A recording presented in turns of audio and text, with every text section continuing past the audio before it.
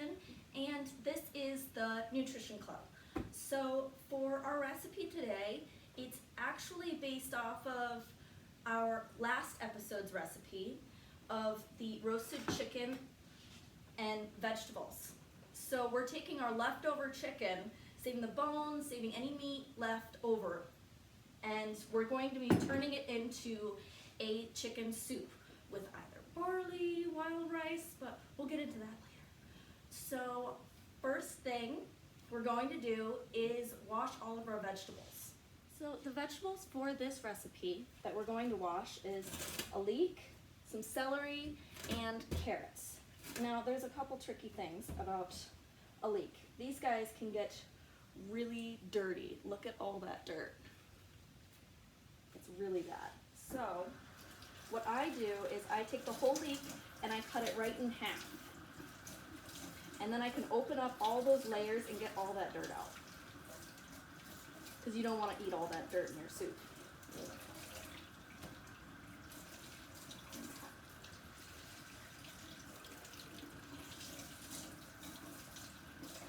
And then we're also going to give all the celery and our carrots a nice wash.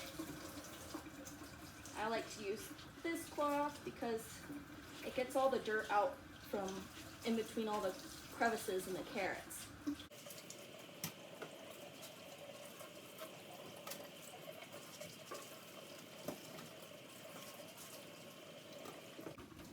So, just a side note here, what I like to do is take my leek, chop off the ends, and I save the end, as well as with even the celery. Chop off the end of the celery, and I put it in a little mason jar with a little bit of water. You can see all those roots and everything. It's actually going to end up growing back. So it's a great way to get more bang for your buck, and it helps with food waste. Did the same thing with my celery. Doesn't have any roots, but it will. And I keep it right in front of my kitchen sink so that way I can see it and know when it needs some water, and make sure it doesn't go dry, but also make sure with the celery that you don't fill up the water too much. You want just enough for the roots to kind of grow. And I also did the same with my rosemary. I took a couple of the leaves off the ends and put it in a little bit of water, and also to help keep it from falling down in, I wrapped a rubber band around it. So now that that's all washed, I'm going to take them and first off peel my carrots.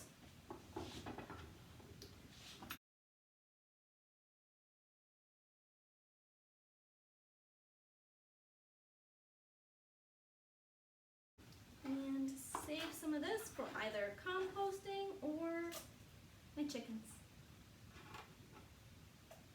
Now that those are all peeled, I'm going to cut my carrots. But this time, instead of the roasted vegetables that we did, I'm going to first off take the ends off. Instead of cutting them into inch and a half long slices, what I'm going to do is make small slices. So they look like little copper pennies. Like that. Remember, fingers always up so you don't get cut. You don't want your fingers laying flat like this. That's not safe.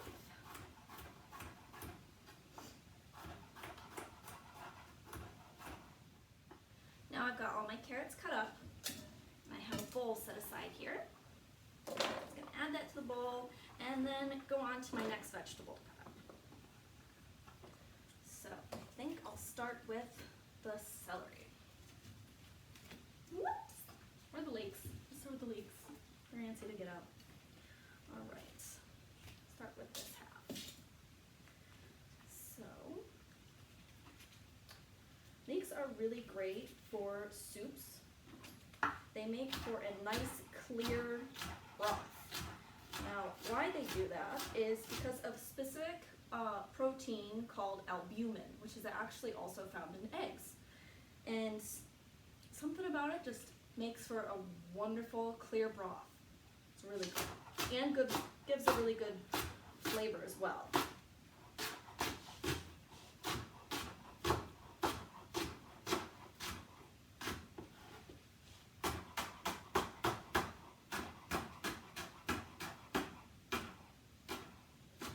And I'm just gonna keep the end off and toss all that. Add that right in here.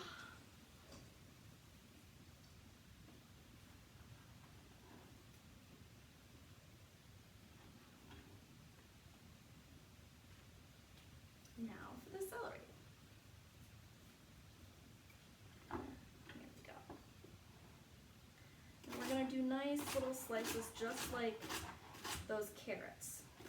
Little bite-sized pieces.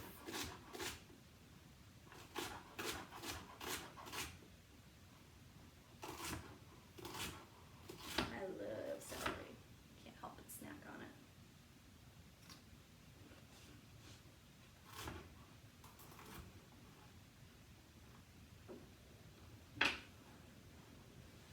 Celery is a really great way to fill up your stomach a bit without eating a lot of calories. It's a great snack.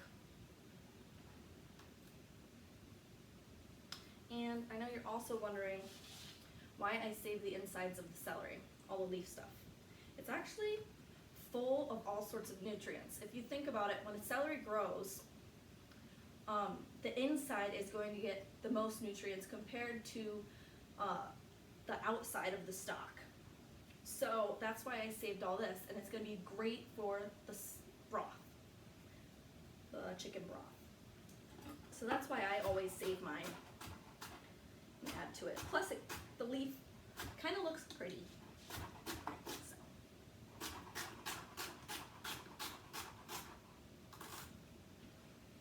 Now my boyfriend and I, we love lots of veggies in our soup, so I'm going to make sure I have plenty. Now I'm going to add some of my onions.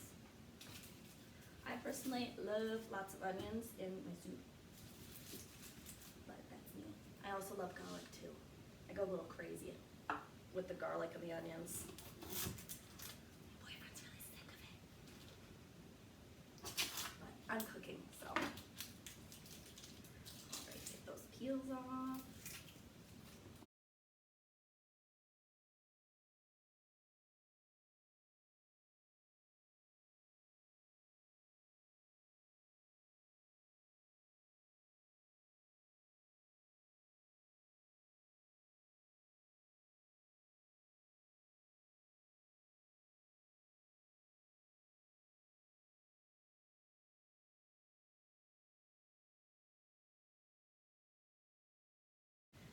What I'm going to do, it's a little different than what we did for roasting. What I'm going to do is I'm actually going to make a bottom slice here and go straight through it. I'm keeping my fingers way up top. It's a little harder because these onions are small, but you'd want to use this with a sharp knife. A dull knife is not going to work well. And what I do is I slide in. I don't go, I slide. And then what I'm going to do is cut down to the root, make a little slice. Sometimes I hold both sides so it doesn't fall apart, but I make sure that my fingers are up straight and the blade isn't near any fingers. There we go. And then I'm going to slice the sides. And then when it comes all out, see, look at that. It comes into little dices.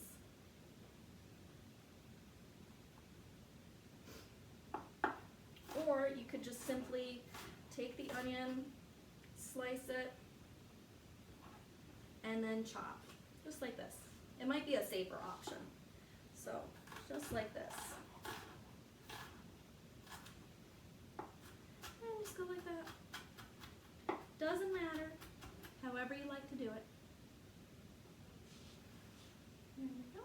Get that in there more. Okay.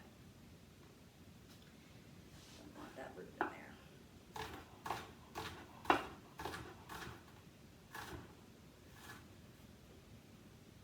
Or you can keep it like these slices. Some people like that in their soup. And then it comes apart like this, like these little curved slices. They're kind of pretty. I like chopping mine though.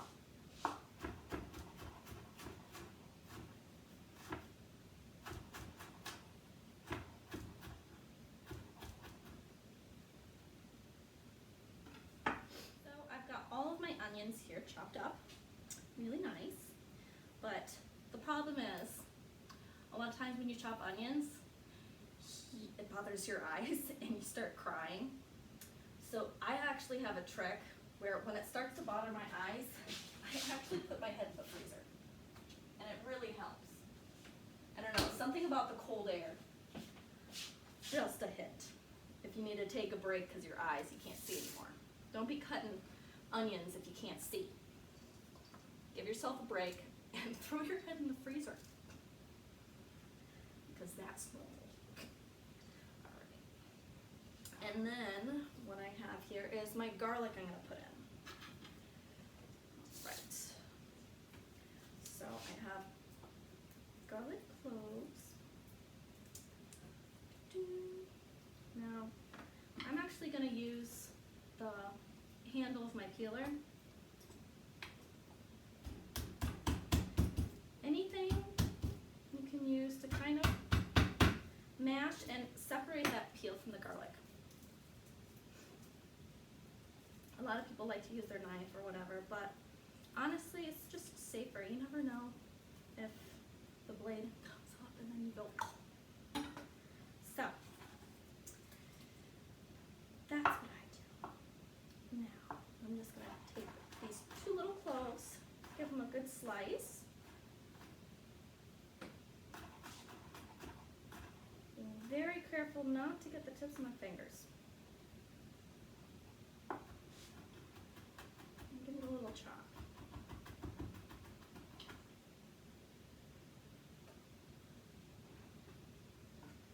Now notice when I'm taking things off the side of my knife, I have a straight finger and I'm just pushing. I'm not going.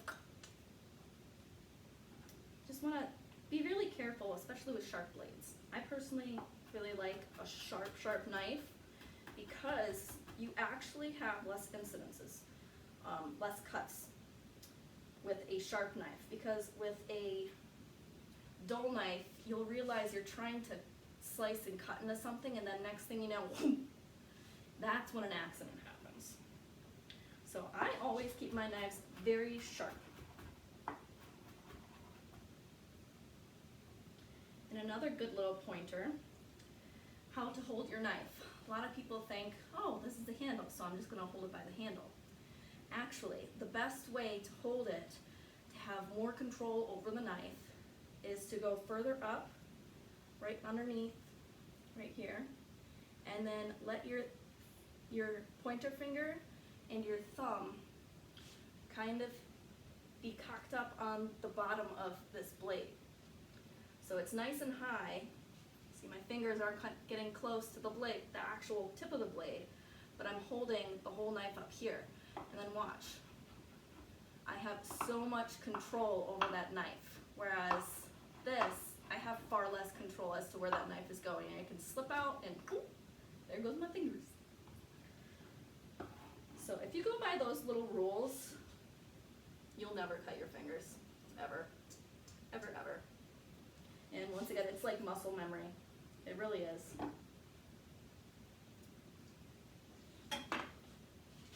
Now I'm actually going to take some rosemary and thyme.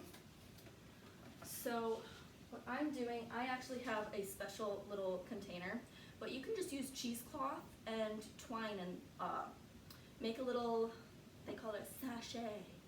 So basically it's just like a little bag. So I'm going to take some rosemary, maybe just one sprig. You don't want it to be too crazy strong. And some thyme. Sometimes people also like to put in whole peppercorns. That helps. Let's see. And for this, I also like to use a whole bay leaf too.